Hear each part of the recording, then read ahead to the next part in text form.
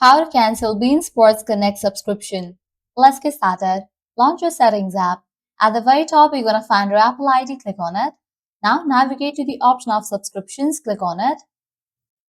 Once we're in the subscription page, here you're going to find different sections as active subscription, expired subscription, and so on. Click on the section of active subscription. Open it.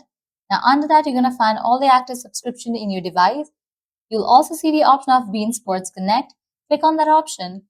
After you open that option of beIN Sports Connect, you're going to see the option of cancel subscription at the bottom left. Click on that option. You'll get the pop-up confirm cancellation. Click on confirm, and just like that you have cancelled beIN Sport Connect subscription.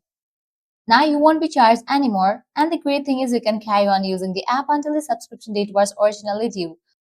Also, deleting the beIN Sports Connect app or beIN Sports Connect account will not cancel your subscription, and subscription renew automatically unless you cancel your subscription manually on your own. Well, this is how you can easily cancel beIN Sports Connect subscription. At the end, if you guys find this video helpful, don't forget to like, share, and subscribe to our channel. Thanks for watching.